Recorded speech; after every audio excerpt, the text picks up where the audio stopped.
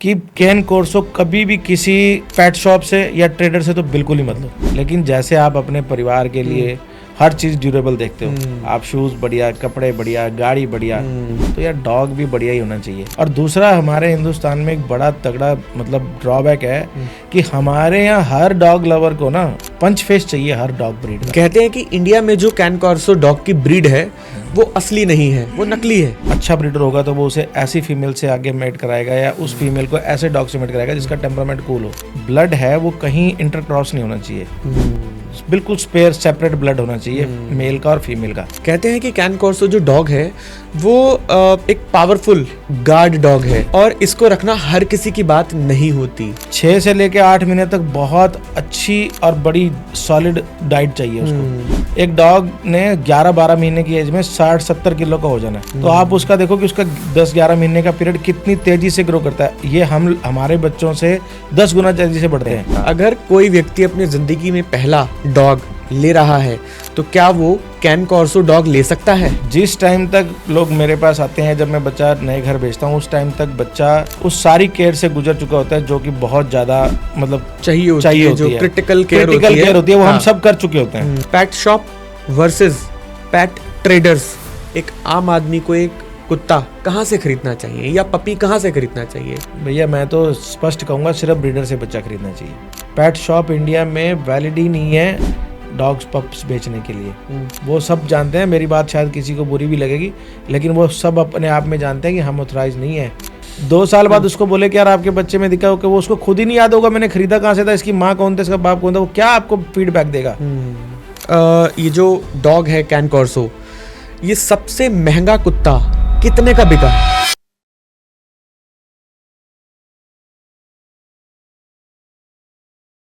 आज हम बात करने वाले हैं कैन कॉर्सो डॉग की, एक ऐसी ब्रीड जो अपनी पावर, इंटेलिजेंस और अनमैच्ड लॉयल्टी के लिए पूरी दुनिया में जानी जाती है। इंडिया में इस ब्रीड को लेकर कई मिथ्स भी हैं। कुछ लोग इसे गार्ड डॉग मानते हैं और कुछ इसे सिर्फ स्टेटस सिंबल मानते हैं।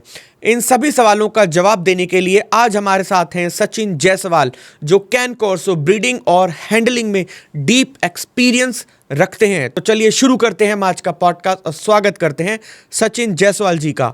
तो सचिन जी, कैसे हैं आप? फर्स्ट क्लास जी। हमने आपके वीडियोस देखे, आपका प्रोफाइल चेक किया। अब बहुत सारे डॉग्स की ब्रीड करते हैं, ख़ास तौर से कैन कॉर्सो डॉग की अगर हम बात करें, और कई सालों से आप ब्रीडिंग करते आ रहे हैं जी।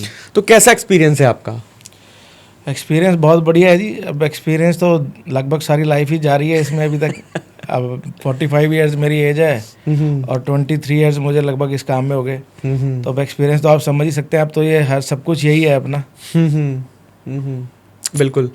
तो ये जो कैन कॉर्सो डॉग है जी, क्या ये खतरनाक है या फिर ये मिथ है? देखिए, कोई भी ब्रीड, कैन कॉर्सो हो या कोई भी ब्रीड हो, कोई भी खतरनाक नहीं होता। बाय बर्थ कोई डॉग खतरनाक नहीं होता। ये सब डिपेंड करता है उसके ऑनर पे कि वो उसको कैसी अपब्रिंगिंग दे रहा है। जैसे आप अपने बच्चों को अच्छी अपब्रिंगिंग देते हैं ना, वैसे ही डॉग्स भी घर के बच्चों की तरह ही ट्रीट किए जाते हैं। एक्चुअल में ये सोशल एनिमल है।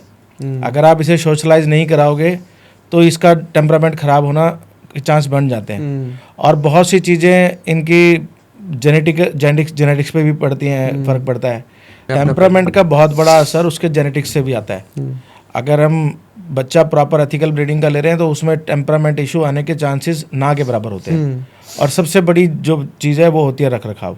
अगर आप किसी डॉग को चेन से बांध के रख रहे हैं, उसको बैक यार्ड में रख रहे हैं, केज में रख रहे हैं, लोगों से नहीं मिलवा रहे हैं, जब भी आपके घर में कोई मेहमान आ रहा है उसको उठा के आप बैक यार्ड में छोड़ देते हो, तो वो चीज़ें डॉग का टेम्परामेंट खराब करती हैं। बाकी खतरनाक नहीं है ये डॉग। जो खास तौर कैन कॉर्सो है, जो बहुत एग्रेसिव नहीं, प्रोटेक्टिव ब्रीड है। मैं और भी अपने बहुत सारे व्लॉग्स में ये बात बोल चुका हूँ, आप यहाँ पर भी बोल रहा हूँ कि ये डॉग का नेचुरल इंस्टिक्ट इतना स्ट्रांग है कि उसका प्रेजेंस ही इतना स्ट्रांग है कि उसको देख के जल्दी से घर में कोई नहीं आता। उसका मस्कुलर बॉडी, उसका वेट साइज, उसका जो पोस्चर है खड़े होने का या बैठने का, उसकी प्रेजेंस ही स्ट्रांग है। अदरवाइज कोई खतरनाक ब्रीड नहीं है। बहुत ही लॉयल, बहुत ही हम्बल और बहुत ही प्लेफुल, बच्चों के साथ, बुजुर्गों के साथ बहुत ही अच्छा बॉन्ड बनाने वाली ब्रीड है। बाकी कैन कॉर्सो के बारे में तो लोग मतलब बिल्कुल साइलेंट बॉडीगार्ड है वो, जिसको ये आप कभी भी मत बताओ कि आपका कौन अपना है कौन पराया है, वो उसको अगर आपके घर में रह रहा है तो उसे अपने आप पता लग जाएगा कि मुझे किसे गार्ड करना है, किसको घर में आने से रोकना है। ये कैन कॉर्सो में भी और भी ब्रीड्स में, मतलब डॉग्स में कुछ नेचुरल इंस्टिंक्ट्स गॉड ही दे के भेजता है। आप देखो, आप रोड पर जा रहे हो, आपको स्ट्रे डॉग जल्दी से नॉर्मली नहीं भौंकते, लेकिन आपने देखा होगा कूड़ा बिनने वाले जा रहे हैं, उनके पीछे थाला लटका होता है, उनको भौंकते हैं कुत्ते, क्योंकि उनमें से कुछ ऐसी वाइब्रेशंस उन्हें मिलती हैं जिनसे उन्हें लगता है कि ये समाज के लिए या ठीक नहीं है ये लोग, तब उनको रिएक्ट करते हैं वो, आम आदमी को रिएक्ट नहीं करते। बाकी स्ट्रे डॉग्स जो करते हैं वो उन पे भी आएंगे आने वाली, अब बात चल रही है तो, लेकिन वैसे नॉर्मली जल्दी से किसी को कुछ नहीं कहते। राइट। इनका एटमॉस्फेयर क्या होना चाहिए? बिकॉज हम डॉग पाल तो रहते हैं, और ख़ासतौर से अगर कैन कॉर्सो की बात करें तो उसको किस गर्मी में रखना चाहिए, सर्दी में रखना चाहिए, घर का टेम्परेचर क्या होना चाहिए, क्योंकि ये भी बहुत इंपॉर्टेंट है। देखो, बिल्कुल सही सवाल है आपका।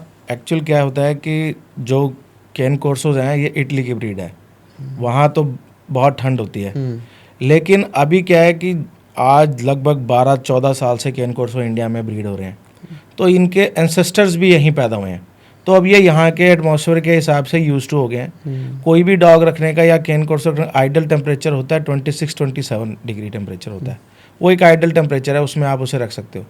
देखो, आप बाहर जब टेम्परेचर 45 डिग्री चला जाता है, 50 डिग्री, फिर तो आपको उसको अपने रूम में रखना ही पड़ेगा।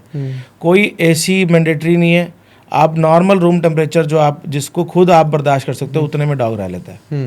बाकी और ऐसी कोई, लोग कहते हैं एसी में, देखो आप आदत बनाओ जैसी वैसी बन जाती है डॉग की। मेरी अपनी ओपिनियन ये है कि डॉग का अपना एक दायरा होना चाहिए, लिविंग रूम में डॉग नहीं होना चाहिए। मैं लोगों को प्रिस्क्राइब करता हूँ, लोग तो अपने बेड पे भी सुलाते हैं, सोफे पे भी बिठाते हैं, वो छोटा होता है तो अच्छा लगता है, और आपके घर में आपको अच्छा लग रहा है, लेकिन जब कोई आपके घर में फ्रेंड्स रिलेटिव्स आते हैं, आपके सोफा पे हेयर शेड्स देखते हैं या कहीं सलाइवा के निशान देखते हैं, तो वो बड़ा एम्बैरेसिंग लगता है। तो इसलिए डॉग को शुरू से आदत डालो कि वो अपने ही एरिया में रहे, उसका एक लिमिटेड एरिया बनाओ कि उतने में रहे, और उसको जितना हो सके उतना उसको रफ एंड टफ रेज करने की कोशिश करो। आप उसको एसी में रखने की आदत डाल दोगे तो फिर वो बाहर नहीं रहेगा, वो तो आप चाहे आपके बच्चे हो चाहे डॉग हो, बिल्कुल सेम प्रोसेस है। आप जैसा उसको शुरू से आदत डालनी शुरू करोगे वैसा ही वो बन जाएगा आने वाले टाइम में। बाकी एक्सेस गर्मी तो तंग करती है, सर्दी नहीं तंग करती डॉग्स को। सर्दी कितनी भी हो, सर्दी से डॉग को कुछ नहीं फर्क पड़ता। लोग पहनाते हैं कोट कंबल, लेकिन उनसे कोई फर्क नहीं पड़ता। एक्चुअल तो पेट से ठंड लगती है, और वो कोई भी ड्रेस पहना लो, डॉग का पेट हमेशा खुला ही मिलेगा आपको बिल्कुल, क्योंकि नीचे से तो वो ओपन ही होता है। तो इसलिए वो सब चीज़ें, बल्कि वो स्किन डिजीज जरूर ले आते हैं साथ में। तो सर्दी में कोई चिंता करने की जरूरत नहीं है। गर्मी में उनको आप कोशिश करो कि 25 से 30 डिग्री टेम्परेचर के अंदर उन्हें रखो। कहते हैं कि कैन कॉर्सो जो डॉग है वो एक पावरफुल गार्ड डॉग है, और इसको रखना हर किसी की बात नहीं होती। देखो, इस वजह से ना रख पाना कि वो बहुत बड़ा डॉग है या मैस्टिफ ग्रुप का डॉग है, वो वजह नहीं है उसको ना रख पाने की। वजह ये है एक्चुअली कि देखो, ये खाने पीने के मामले में हाई मेंटेनेंस डॉग है। 6 से लेके 8 महीने तक बहुत अच्छी और बड़ी सॉलिड डाइट चाहिए उसको, क्योंकि एक डॉग ने 11-12 महीने की एज में 60-70 किलो का हो जाना है। तो आप उसका देखो कि उसका 10-11 महीने का पीरियड कितनी तेजी से ग्रो करता है। ये हमारे बच्चों से 10 गुना तेजी से बढ़ते हैं, तो उनकी बॉडी की कंजप्शन नीड भी उसी हिसाब की है। और आप जितना एनर्जेटिक, जितना एथलीट टाइप का डॉग लोगे तो उसको वैसी डाइट भी देनी पड़ेगी। और दूसरा सबसे बड़ी चीज़ है कि देखो, वो बजट फ्रेंडली डॉग नहीं है। आम आदमी को मैं इसलिए नहीं प्रिस्क्राइब करता या आदमी को इसलिए नहीं सजेस्ट करता कि वो सस्ता डॉग नहीं है। पहले तो आपको लेते वक्त अपना बजट हेल्दी रखना पड़ेगा, फिर उसको लगभग 1 साल उसको बहुत अच्छा मेंटेन करना पड़ेगा। अच्छी डाइट, अच्छा फूड, अच्छा चिकन, एग या विटामिन सप्लीमेंट्स देने पड़ेंगे उसको, क्योंकि उसकी बॉडी की नीड है वो। और जो व्यक्ति जब लेते वक्त ही उससे डर रहा है कि यार ये इतना महंगा है, तो वो उसको रेज नहीं कर सकता। इसलिए मैं लोगों को कह देता हूँ कि भाई हर एक के लिए ब्रीड नहीं है। मैंने बहुत से ब्लॉग में बोला है, लेकिन एक्चुअल ऐसी कोई चीज़ नहीं है जिसको आप मैनेज नहीं कर सकते। सबसे बड़ी पावर है मनी पावर, जिसके पास मनी पावर है वो सब मैनेज कर सकता है। वैसे उसके अंदर कोई ऐसी चीज़ नहीं है जिसको आप रख नहीं सकते। मेरे पास ऐसे भी क्लाइंट्स हैं जिनके पास बड़े बड़े फार्म्स हैं, और मेरे पास आपके यहीं नोएडा में ऐसे क्लाइंट हैं जिन्होंने 7th फ्लोर पे रेज किया है डॉग, और बड़ी जानी मानी हस्तियाँ अगर आप कहो तो मैं उनका नाम भी देता हूँ इस टाइम। बिल्कुल। ग्रेटर कैलाश में रहते हैं वो, हरजीत सिंह जी हैं, हमारे इंडिया के फॉर्मर शॉटपुट प्लेयर हैं, उनके पास मेरा बच्चा है। वो जब मैंने उनको बच्चा दिया था तो वो नोएडा में रहते थे और 7th फ्लोर पे रहते थे और वहीं बड़ा हुआ है वो। अब उन्होंने ग्रेटर कैलाश में शिफ्ट किया, अभी वो बीजेपी के स्पोक्स पर्सन भी हैं। ऐसे ही आपके बहुत, अब यहाँ दिल्ली नोएडा में तो मेरे बहुत क्लाइंट्स हैं। अभी हम आपके दिल्ली के ही शादरा के एक्स प्रिंसिपल हैं, उनके पास भी मेरा दिया हुआ डॉग है। तो उनके पास पहले वो कॉलेज स्कूल कैंपस में ही रहते थे, वहाँ बड़ा हुआ, फिर जब वो रिटायर हो गए तो उन्होंने बड़ा फार्म हाउस बनाया नोएडा में, वहाँ रखा हुआ है। तो वो कोई चीज़, वो इशू नहीं है कोई जगह का या कुछ और का, बस मेन थिंग है उसको अच्छी डाइट और उसकी एक्सरसाइज। आप डॉग को घर में खुला रखो, उसकी उतनी एक्सरसाइज मतलब सफिशिएंट हो जाती है। उसको कोई दौड़ाना भगाना, जो हम देखते हैं उसको उस पर दौड़ा रहे हैं अपना ट्रेडमिल पे, वो सब बाहर की ट्रिक्स हैं, वो चीज़ें कोई जरूरत नहीं होती। डॉग घर में खुला रहे तो साल भर तो लगभग खुला ही रहे, तो उसकी अपने आप नेचुरल एक्सरसाइज होती रहती है, वो घूमता रहता है, फिरता रहता है, उसका खाना कंज्यूम होता रहता है और वो ग्रो करता रहता है। और ऐसा कोई बड़ा वो इशू नहीं है कि कोई रख नहीं सकता या कोई मुश्किल है, सब आसान है, बस main thing is budget. Budget पे भी आएंगे। हाँ। अगर कोई व्यक्ति अपनी ज़िंदगी में पहला डॉग ले रहा है तो क्या वो कैन कॉर्सो डॉग ले सकता है?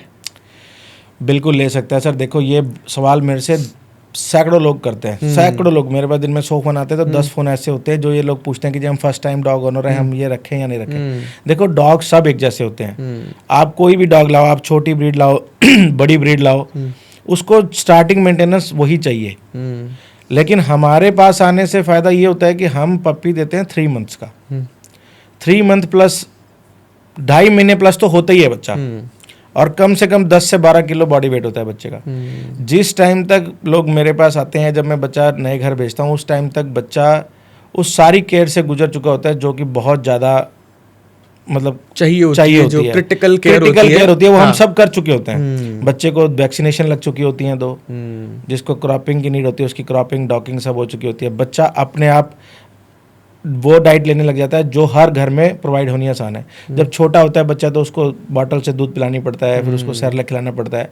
वो धीरे धीरे एक सिस्टम है जिससे उसको लेके आया जाता है प्रोसेस पे, उसकी फीडिंग पे, वो सब हम कर चुके होते हैं। तो इसलिए हमारी ब्रीड कोई भी फर्स्ट ऑनर रख ले उसको कोई प्रॉब्लम नहीं होगी, क्योंकि सारा कुछ हम करके देते हैं। और पोस्ट डिलीवरी जो हम बच्चा घर जाने के बाद, मेरे क्लाइंट्स तो भगवान की तरह से इतने हैप्पी हैं कि वो रात को 2 बजे भी कॉल करते हैं तो मेरा 2 बजे भी कॉल पिक होता है, हम असिस्ट करते हैं साथ में। और कोई ऐसा रॉकेट साइंस नहीं है जिसको लगाना पड़ता है डॉग को रखने के लिए। यार देखो हम लोग जब टीनेजर होते हैं, शादी करते हैं, हमें कोई एक्सपीरियंस होता है शादी का, लेकिन हम शादी भी निभाते हैं, फिर अपने बच्चे होते हैं उनको भी पालते हैं। ये टाइम है ना, ये सबसे ज़्यादा सिखाने वाली चीज़ है, ये सब सिखा देती है।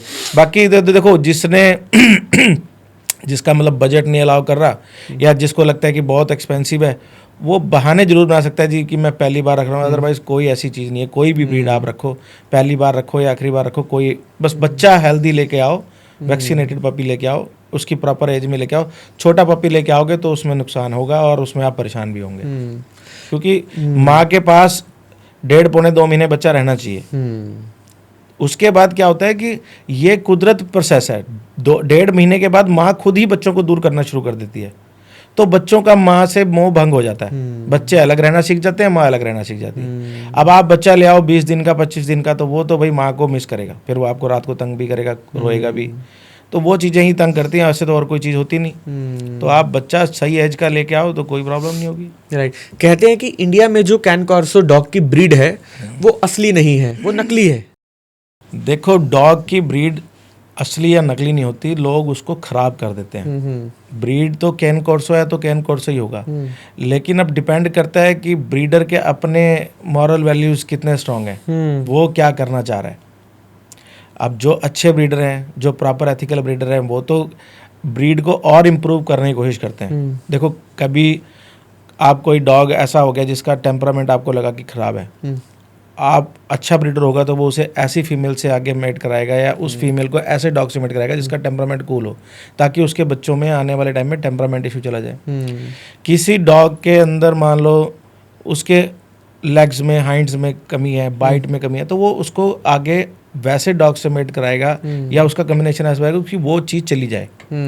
ये तो होती है एथिकल ब्रीडिंग का प्रोसेस कि आप उसको इम्प्रूव कैसे कर रहे हो। अगर बाई चांस को देखो, है तो सब कुदरत के हाथ में, मैन मेड थिंग्स तो ये है नहीं, और उसको आप ऐसे ही सुधार सकते हो, उसको अच्छे से अच्छा मैच बना के उसको अच्छे से अच्छा बनाते रहो। और सबसे बड़ी बात एथिकल ब्रीडिंग में होती है कि जो ब्लड है वो कहीं इंटरक्रॉस नहीं होना चाहिए, बिल्कुल स्पेयर सेपरेट ब्लड होना चाहिए मेल का और फीमेल का, जिनके कम से कम 4 जनरेशंस तो आपस में मैच ना होते हो। ये बहुत इंपॉर्टेंट बात आपने कही है, क्योंकि क्रॉस ब्रीडिंग कराना और सही तरीके से क्रॉस ब्रीडिंग कराना वो बहुत इंपॉर्टेंट है। एक्चुअल क्रॉस ब्रीडिंग को लोग गलत समझते हैं। क्रॉस ब्रीडिंग ही एक्चुअल प्रोसेस है। क्रॉस ब्रीडिंग मतलब कि कहीं से कहीं कोई मैच ना हो। और अभी क्या हो रहा है, अभी देखो आज की डेट में जो एक फीमेल रख लेता है ना, वो अपने आप को ब्रीडर बताने लग जाता है। ठीक है, उसको समझ तो होती नहीं। अब आज टाइम चल रहा है गोल्डन रिट्रीवर का, तो 2 गोल्डन रिट्रीवर फीमेल ले आए। आज साइबेरियन हस्की का टाइम चल रहा है, तो 2 साइबेरियन हस्की ले आए। आज कैन कोर्सो अच्छा बिकने लगा, तो उसने 2 हटाई और 2 कैन कोर्सो ले आया। उस ना तो लोग उसकी एनाटॉमी के बारे में पढ़ते हैं, ना उसकी पेडिग्री के बारे में पढ़ते हैं। बस कहीं से भी कोई भी डॉग ले लिया, कोई भी फीमेल ले ली, मेड करा लिया। कहीं ना कहीं क्या होता है कि वो इन ब्रीडिंग होने शुरू हो जाती है। जब इन ब्रीडिंग होना शुरू हो जाती है, तब ब्रीड खराब होना शुरू होती है। और दूसरा, हमारे हिंदुस्तान में एक बड़ा तगड़ा मतलब ड्रॉबैक है कि हमारे यहाँ हर डॉग लवर को ना पंच फेस चाहिए हर डॉग ब्रीड का। क्यों? वो क्यूट दिखता है। देखो, क्यूटनेस नहीं होती सब कुछ। हर ब्रीड का अपना अपना स्पेसिफिकेशन है, अपना अपना फीचर्स बना के भेजा है उसका, जिन्होंने भी उन्हें डिज़ाइन किया उन्होंने उनके बारे में लिखा है कि उसका ऐसा स्ट्रक्चर होना चाहिए। अब हम उसको पंच करने के चक्कर में उल्टे सीधे डॉग्स को, उल्टी सीधी ब्रीड्स को मैच करने लग जाएं लोगों को खुश करने के लिए, तो भैया वो आप जेनेटिक्स से छेड़छाड़ कर रहे हो और उसका आपको दुष्प्रभाव भुगतना ही पड़ेगा आने वाले टाइम में। इस तरह ब्रीड्स खराब होती हैं और ऐसे धीरे धीरे धीरे उनके अंदर इतने जेनेटिक डिसऑर्डर्स आने लगते हैं कि एक टाइम के बाद ब्रीड्स एक्सटिंक्ट होना शुरू हो जाती हैं, और हुई भी हैं कई ब्रीड्स। अदरवाइज ऐसा मतलब मैं इसको मिक्स ब्रीड या गलत ब्रीडिंग और ब्रीड, जो अच्छे लोग हैं वो आज भी अच्छी ब्रीड कर रहे हैं, लेकिन जिन लोगों को समझ नहीं है, जो सिर्फ पैसा बनाना चाह रहे हैं, वो गलत कर रहे हैं और उस वजह से ब्रीड खराब हो रही है। कई बार ये देखा गया है कि चीप पपी लोग खरीद लेते हैं, सस्ता पपी खरीद लेते हैं और फिर उसमें जेनेटिक डिसीज वो घर में ले आते हैं। वो तो यार देखो, हमारे बुजुर्गों ने कहा ही है कि भाई महंगा रोए एक बार और सस्ता रोए बार बार। आज आप देखो कि आप मार्केट में जाते हो, आप 10 ज्वेलर्स पे जाओ, आपको गोल्ड का रेट सेम मिलेगा, बिकॉज उसकी प्योरिटी सेट है, उसका पैरामीटर सेट है। डॉग्स में अगर आपको रेट में वेरिएशंस मिल रहे हैं, प्राइस में वेरिएशंस मिल रहे हैं, इसका मतलब कि उसकी क्वालिटी में कहीं ना कहीं कंप्रोमाइज हुआ है। या तो उसकी मेंटेनेंस कॉस्ट हल्की है, उनको मेंटेनेंस नहीं अच्छी से मिल रही, या फिर उस डॉग की क्वालिटी में कमी है। जैसे पता है कि अगर मैं इसको 2 महीने के बाद दूंगा तो ये बच्चा अपनी असली पोजीशन में आने लगेगा और ये फिर ये बिकेगा नहीं। तो ये कारण होता है सस्ते बच्चे का। और जेनेटिक तो आएंगे ही डिसीज। देखो, मेरे पास आपके दिल्ली से, नोएडा से कई फ़ोन आते हैं कि सर मैंने डॉग लिया पंजाब से, फलां ब्रीडर से, नाम तो किसी का लेना ठीक नहीं है, अब उसके बच्चे के पैर खराब हो गए हैं जी पिछले, और मैं लाखों रुपए खर्च चुका हूँ, वो पैर नहीं सही हो रहे हैं। तो पैर सही कहाँ से होंगे? क्योंकि उसके पेरेंट्स के पैर सही नहीं है, उनकी सिलेक्शन ऑफ मेल और सिलेक्शन ऑफ फीमेल ही ठीक नहीं है। तो वो तो जब मिसमैच होगी कोई चीज़, तो वो तो जेनेटिक डिसऑर्डर्स आएंगे ही। और जो आज आपने सस्ता लिया, आज कोई 20-50 हज़ार बचाए हैं, आप 4 विजिट डॉक्टर पे करो, सब बराबर हो जाएंगे। और फिर उसके बाद आपने उसको 10 साल अपने पास रखना है, आपके फैमिली का मेंबर है, आपने अटैचमेंट हो गया, फिर तो आपको ना चाहते हुए भी वो सब करना है जो आप नहीं करना चाहते थे। बिल्कुल। फिर आदमी भूल जाता है कि मैंने बच्चा सस्ता लिया था, आप कितने पैसे खर्च दिए। तो इससे बढ़िया है कि आप पहले ही अच्छे ब्रीडर से, ब्रीडर का बैकग्राउंड चेक करके, ब्रीडर का क्या लाइफ एक्सपीरियंस रहा है, कितना उसको टाइम हुआ है काम करते को, कितनी ब्रीड्स में उसने काम किया है, कितने टाइम से वो किस ब्रीड के ऊपर काम कर रहा है, वो सब चीज़ देख के पपी लो ना भाई। देखो, अब एक आदमी ने 50 भैंसें रखी हुई हैं, 50 भैंसें रखी हुई हैं, 2 कुत्ते भी रख लिए। उसमें क्या हुआ कि दूध निकला, शाम को 100 किलो दूध इकट्ठा हुआ, 2 किलो दूध 2 फीमेलों को डाल दिया, पलगी फीमेल है। 100 किलो दूध में क्या 2 किलो पानी डाल दो तो बराबर हो गया। फीमेल अपने डॉग तो फ्री में पल गए बड़े हो गए। फिर उसके बाद वही प्रोसेस बच्चों में चला, फिर 2 किलो नहीं 4 किलो निकाल लिया, चलो 2 किलो बच्चों को ही पिला दो।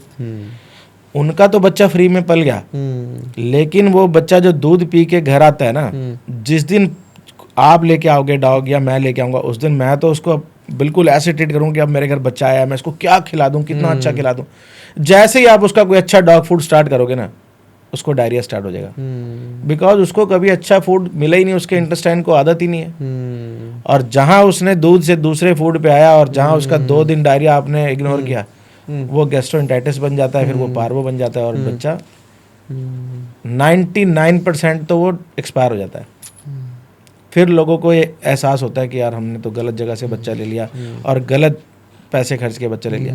लेकिन मैं लोगों को बार बार बताता हूँ कि मेरी बात का एहसास आपको तब हो जब आपका नुकसान हो चुका हो, उससे पहले कंसिडर कर लो ये चीज़ें। आज आपका बजट नहीं है, आज आपके पास कम बजट है, या तो आप किसी दूसरी ब्रीड को स्विच कर लो, या 10 दिन बाद, महीने बाद, 2 महीने बाद प्लान कर लो। लेकिन जैसे आप अपने परिवार के लिए हर चीज़ ड्यूरेबल देखते हो, आप शूज़ बढ़िया, कपड़े बढ़िया, गाड़ी बढ़िया, तो यार डॉग भी बढ़िया ही होना चाहिए। उसके भी जेनेटिक्स स्ट्रांग होने चाहिए, जिसको 10 साल 12 साल आपके घर में स्वस्थ रहेगा, तभी तो आपको गार्ड करेगा, तभी तो आपको भी आपके स्ट्रेस डाउन करेगा, आपके साथ खेलेगा। अगर वो बेचारा खुद ही रोज बीमार रहेगा तो आप और स्ट्रेस में आओगे, वो नहीं आपका स्ट्रेस दूर कर पाएगा। बिल्कुल। फूड के ऊपर आते हैं, क्योंकि फूड भी बहुत इंपॉर्टेंट पार्ट होता है, उसको रोज खाना खिलाना होता है।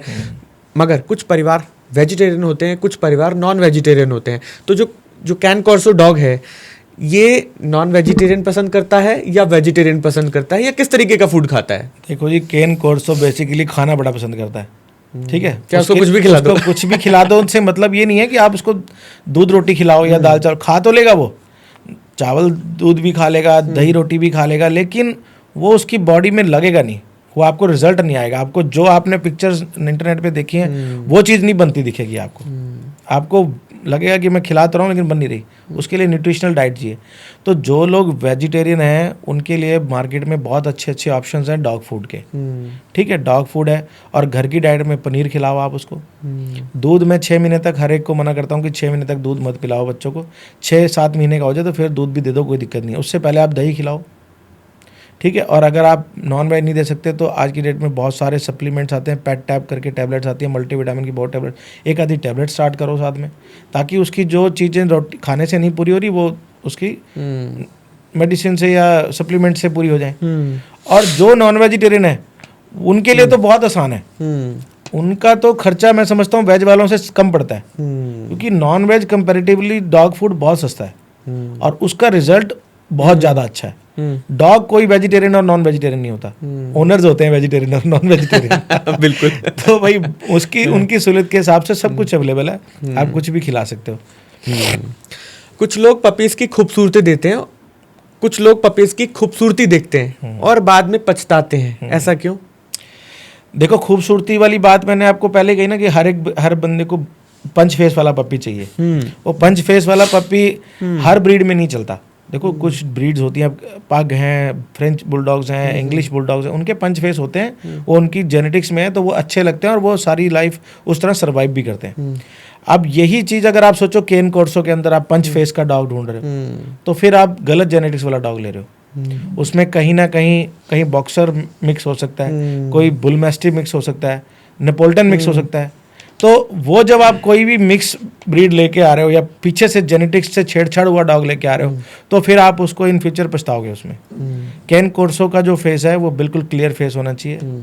उसका हेड प्रपोर्शन और मजल, हेड प्रपोर्शन से 34-35% उसका मजल होना चाहिए जो उसके एनाटॉमी में है, और उसकी जो बॉडी है वो मस्कुलर होनी चाहिए, लूज स्किन, लटका हुआ स्किन नहीं होना चाहिए, टॉप लाइन बिल्कुल स्ट्रेट होनी चाहिए, पेट लमका हुआ नहीं होना चाहिए। ये सब चीज़ें देख के अगर आप लाओगे तो कभी नहीं चीट होगे। लेकिन खूबसूरती के चक्कर में आप एनाटॉमी को मत छोड़ दो। कोई भी डॉग लेने अगर गूगल पे सब कुछ है, आप पढ़ो उसके बारे में कि कोई डॉग कैसा होना चाहिए। कोई भी ब्रीड आप स्विच करने जा रहे हो या लेने जा रहे हो, उस ब्रीड के बारे में पढ़ो और उस ब्रीड के एनाटॉमी को बिल्कुल मैच करके डॉग लेके आओ। अगर आपको लगता है कि कैन कॉर्सो मेरे अकॉर्डिंग नहीं है, मुझे तो ये खूबसूरत नहीं लगेगा, तो जो आपको खूबसूरत लगता है उस ब्रीड में चले जाओ। लेकिन उस दूसरी ब्रीड की क्वालिटीज कैन कॉर्सो में मत ढूंढो, फिर आप चीट होगे। आपको मार्केट में मिल सब जाएगा, ठीक है, ये फैक्ट्री मेड प्रोडक्ट नहीं है, लेकिन फिर भी लोगों के हाथ में देखो डॉग्स हैं। आप किसी भी डॉग को किसी से भी, आप AI की इतनी वीडियोस आजकल आती हैं, इस ब्रीड को इससे मैच करा दो क्या होगा, तो AI वीडियोस तो अब बनने लगे हैं। हमारे तो पंजाब में इंजीनियर पहले से ही हैं, साइंटिस्ट, उन्होंने तो पहले से ही बहुत ब्रीड ईजाद कर दिए। तो मैं तो उन्हें साइंटिस्ट बोलता हूँ, वो ब्रीडर्स नहीं, एक्चुअली वो साइंटिस्ट हैं। तो उन्होंने तो क्या क्या कर दिया है बस वो ही जानते हैं। तो वह साइंटिस्ट आज भी काम कर रहे हैं। वो आपको आपकी मर्जी के अकॉर्डिंग, आप बालों वाला केन कोर्सो मांगोगे तो बालों वाला केन कोर्सो भी दे देंगे आपको। अच्छा। हाँ, और आपको अगर स्मूथ कोट चाव चाव चाहिए तो आपको स्मूथ कोट चाव चाव भी दे देंगे। उनके लिए सब कुछ पॉसिबल है। उन्होंने 4 कुत्ते रखे हुए, कोई भी किस पे कुछ से क्रॉसिंग करा के वो आपको पैदा करा देंगे। नहीं 2 महीने बाद आ जाइए, तन दे देंगे ऐसी। 2 महीने बाद तन की चाहिए बाला का केन कोर्सो चाहिए, 2 महीने बाद ले लो जी मेरे को। वहाँ तो दुनिया के साइंटिस्ट बैठे हैं भाई, उनसे तो अपन जीत ही नहीं सकते। लेकिन लोगों को समझाऊंगा कि खूबसूरती तो हर बच्चा ही खूबसूरत होता है। आप वाइपेट भी लाओगे ना, वाइपेट का नोज इतना लंबा होता है, लेकिन बचपन में वही बहुत सुंदर लगता है, बड़ा होकर भी सुंदर लगता है। उसकी अलग एक अलग लविंग, मतलब एक अलग पूरा एक समाज है जो उसको बहुत पसंद करता है। राज्यपाल हमको लोग बहुत पसंद करते हैं, इतना पतला सा डॉग होता है। अफगान हाउंड के दीवाने हैं लोग, मिलते नहीं बच्चे। तो खूबसूरती नहीं, उस ब्रीड की इंस्टिंक्ट्स कैसी हैं, वो आपके घर में आपका यूज़ क्या है वो देख के लाओ। आपको खाली खिलौना चाहिए तो टॉय ब्रीड में जाओ, आपको गार्ड में चाहिए तो वर्किंग लाइन का मैस्टिफ लाइन ग्रुप में जाओ, वर्किंग ग्रुप में जाओ। तो वो सब चीज़ें देख कर लाओ, खूबसूरती मत देखो खाली। खूबसूरत तो सभी बच्चे होते हैं। कुछ लोग पपी लेते वक्त गलत डिसीजन ले लेते हैं और अपनी होल लाइफ पछताते हैं, उनकी लाइफ स्ट्रेसफुल बन जाती है। देखो, इस बात का तो मैं छोटा सा आंसर ये दूंगा कि क्या होता है कि जब आप डॉग लेने जा रहे हो ना, तो आप अपने सारे परिवार से सलाह करके डॉग लो। कई बार क्या होता है, बच्चों की जिद के कारण डॉग ले लिया। घर के आदमी को बड़ा पसंद है डॉग, वाइफ को पसंद नहीं है, हस्बैंड को पसंद है, वाइफ को पसंद नहीं है, डॉग ले लिया क्योंकि हस्बैंड तो मतलब लीडर होता है ना घर का, तो ले आऊँगा मैं। तो वो सब चीज़ें कोविड में हुई बहुत। कोविड में क्या हुआ, सारे के सारे परिवार घर में बैठे थे, और जब कुछ नहीं मिला, बच्चे टीवी देख देख के भी थक गए और वीडियो गेम्स खेल खेल के भी थक गए, तो डॉग्स बहुत बिके। यहाँ छोड़ो, इंडिया छोड़ो, अमेरिका के भी किसी कैनल में कोई बच्चा ही नहीं था। ऑल ओवर वर्ल्ड इतने डॉग्स बिके, सब ने डॉग खरीद लिए। लेकिन क्या हुआ, जब सब कुछ नॉर्मलाइज हुआ, बच्चे स्कूल जाने लगे, हस्बैंड्स अपने अपने जॉब पे जाने लगे। अब लेडीज जो थी वो परेशान हो गई कि भाई मैं घर संभालूं या बच्चा संभालूं। डॉग तो भी रिस्पॉन्सिबिलिटी है, खाली ये थोड़ी पैसे खर्च के लिए आया और एक कोने में पड़ा है, उसको खिलाना भी है, घुमाना भी है, उसके साथ बातचीत भी करनी है। तो उसके बाद इतना स्लम्प आया था मार्केट में, इतना स्लम्प आया था कि 2 साल कोई पप्पी बिक ही नहीं रहा था किसी का। जितने जो बिक चुके थे वो सब मार्केट में आए वापिस, लोगों ने फ्री में दिए कि भाई ले लो यार, जान छुड़वा दो। तो आज तो चलो सब कुछ नॉर्मल हो गया है, लेकिन आज भी सारा परिवार सलाह करके डॉग लेके आओ। अगर सबको पसंद है तभी आप रख सकते हो। अगर एक को भी डॉग पसंद नहीं है, और खास तौर अगर घर की लेडी को डॉग पसंद नहीं है, तो आप रख ही नहीं सकते, क्योंकि उसी ने सारा दिन उसके साथ रहना। बिल्कुल, वो ठीक है, कुछ घरों में जगह बन जाती है, क्योंकि ये इतनी लविंग स्पीशीज है कि प्यार बना लेती है। तो कई बार ऐसे लोगों को भी प्यार हो जाता है जिनको ना पसंद हो, लेकिन ज़्यादातर चांस होते हैं कि कई लेडीज होती हैं कि मुझे तो रखना ही नहीं है, बस मुझे तो चाहिए ही नहीं है। तो फिर वहाँ पर वो टेंशन बन जाती है। और बाकी तो किसी तरह की कोई टेंशन नहीं है। आजकल दुनिया भर के बोर्डिंग्स हैं, आपको कहीं जाना है वहाँ छोड़ के जाओ। बात वही है कि आप पैसा खर्चो, सब कुछ अवेलेबल है, बाकी कोई हेडेक वाली बात नहीं है। राइट। अगर कोई नया पपी खरीदता है या कैन कॉर्सो खरीदता है, तो उसको ऐसी कौन सी 3 बातें हैं जो हमेशा पहले ध्यान रखनी चाहिए या समझ लेनी चाहिए, अदरवाइज नहीं तो फिर नुकसान तय है? देखो, सबसे बड़ी बात तो कैन कोर्सो लेने जा रहे हो तो आप पहले मन बना के चलो कि आप एक हाई मेंटेनेंस डॉग लेने जा रहे हो, जिसका मिनिमम से मिनिमम भी 200 रुपये रोज का खर्चा है। माइंड सेट होना चाहिए। देखो, 1 टाइम इन्वेस्टमेंट भी लोग कर देते हैं, पैसा खर्च देते हैं, चलो एक बार में। किसी को आजकल 1-1.25 लाख रुपए की कोई वैल्यू नहीं है। आदमी कहता है चलो खर्च देंगे शौक में, बाद में उसको मेंटेन नहीं कर पाते। दूसरी बात, कैन कोर्सो लो उस ब्रीडर से जिस ब्रीडर का वर्क एक्सपीरियंस हो 10-15 साल का, और वो खुद कैन कोर्सो डील कर रहा हो 5-7-10 साल से, ठीक है। और तीसरी चीज़ ये है कि कैन कोर्सो कभी भी किसी पेट शॉप से या ट्रेडर से तो बिल्कुल ही मत लो। माँ बाप देख के लो, किसी से लो, मुझसे लो, दुनिया के किसी भी ब्रीडर से लो, उसके घर जाओ, माँ के साथ बच्चा देखो, बाप देखो, फिर बच्चा लो। आपको बहुत कुछ क्लियर हो जाता है माँ बाप देख के। वीडियो फोटोज में हर चीज़ नहीं क्लियर होती। और देखो, पप्पी ने नहीं आपको बताना कि ये मेरी मम्मी है, ये मेरा पापा है, वो तो ब्रीडर नहीं बताना है। मैंने इसलिए बोला कि ब्रीडर ऑथेंटिकेट होना चाहिए, कि ब्रीडर की अपनी मॉरल वैल्यूज अच्छी होनी चाहिए, ब्रीडर की मार्केट अच्छी होनी चाहिए, आपको पता होना चाहिए कि ब्रीडर जो बोल रहा है सच बोल रहा है, बिकॉज वो मार्केट में स्टैंड कर रहा है 12-14 साल से। झूठ बोलने वाला आदमी 4 दिन टिकता है, उससे ज़्यादा नहीं टिकता। अगर आज मेरे जैसा आदमी 22-23 साल से मार्केट में स्टैंड कर रहा है, बिकॉज हमने लोगों के साथ फेयर डील की है, लोगों को अच्छे बच्चे दिए हैं, जो दिखाया वही दिया है, तभी स्टैंड करते हैं। नहीं तो आजकल सोशल मीडिया का ज़माना है, आप 2 लाइनें किसी के बारे में लिख दो, आप उसको जुटला नहीं सकते। आप इज्जत बनाने में सारी ज़िंदगी लगा दो, और 2 मिनट के अंदर आपके बारे में 2 लाइनें अगर किसी ने लिख ली ना, उसको लाखों लोग देख लें। अपने देश में तो कंट्रोवर्सीज वैसी बड़ी जल्दी फैलती हैं। आप अच्छी बात बताने निकलो, आप एक एक को पकड़ पकड़ के, वो कहते हैं ना कि भाई झूठ की जो स्पीड है वो सच से बहुत ज्यादा तेज होती है। जितनी देर में सच एक कान से दूसरे कान तक पहुंचता है, झूठ धरती का चक्कर लगा के आ चुका होता है। बिल्कुल। तो वो सब चीजें यहाँ भी होती हैं। तो ये 3 चीजें आप देखो, 4 चीजें, तो आप कभी गलत नहीं लोगे बच्चा, और कभी चीट नहीं होगे। राइट। सचिन जी, भारत के अंदर ये जो डॉग है कैन कॉर्सो, ये सबसे महंगा कुत्ता कितने का बिका है? देखो, ऐसा कोई डाटा मेरे पास नहीं है कि कोई बच्चा कितना महंगा बिका है। एक्चुअल देखो, माँ बाप से ही बच्चे की जो प्राइसिंग है ना, वो फिक्स होती है। देखो, एक नॉर्मल डॉग जो मेल और फीमेल लोगों ने रखे हुए हैं, उसकी कोई भी प्राइसिंग, देखो प्राइसिंग डिस्क्लोज करना मैं ठीक नहीं समझता, क्योंकि बहुत चीज़ें आ जाती हैं बीच में। मैं एक एग्जांपल देता हूँ कि मान लो एक नॉर्मल घरेलू ब्रीडर का बच्चा अगर 50-60 रुपए का है, तो अगर कोई आदमी के जो पेरेंट्स हैं, जैसे मान लो मेरा ही डॉग है, अभी मेरे पास एक केन कॉर्सो डॉग है जो इंडियन हिस्ट्री का पहला डॉग है जो 3 लाइनअप जीत चुका है। तो 3 लाइनअप जीतना एक ब्रीडर के लिए कितनी बड़ी चीज़ है वो मैं जानता हूँ, क्योंकि मेरी खुद की लाइफ लगी है, और लोग सारी लाइफ एफर्ट्स करते हैं उसको करने के लिए। तो उससे बच्चे का प्राइस बढ़ जाता है। जब पेरेंट्स के आगे टाइटल लग जाता है, चैंपियन हो जाते हैं या लाइनअप विनर हो जाते हैं, तो उसका प्राइस बढ़ जाता है।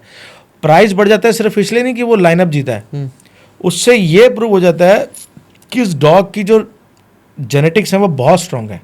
वो अपनी एनाटॉमी का, अपनी क्लास का बेस्ट डॉग है। वो सर्टिफाइड हो गया है, उसको एफिलेट कर दिया गया है कि he is the best dog, और ये जो भी प्रोड्यूस करेगा वो बेस्ट प्रोड्यूस करेगा। उन बच्चों में किसी तरह के कोई जेनेटिक इश्यूज या कोई मतलब गलत चीजें, एनाटॉमी से बाहर चीजें नहीं आएंगी, इनकी बाइट खराब नहीं आएगी, इनके लात खराब नहीं होंगे, पैर नहीं खराब होंगे।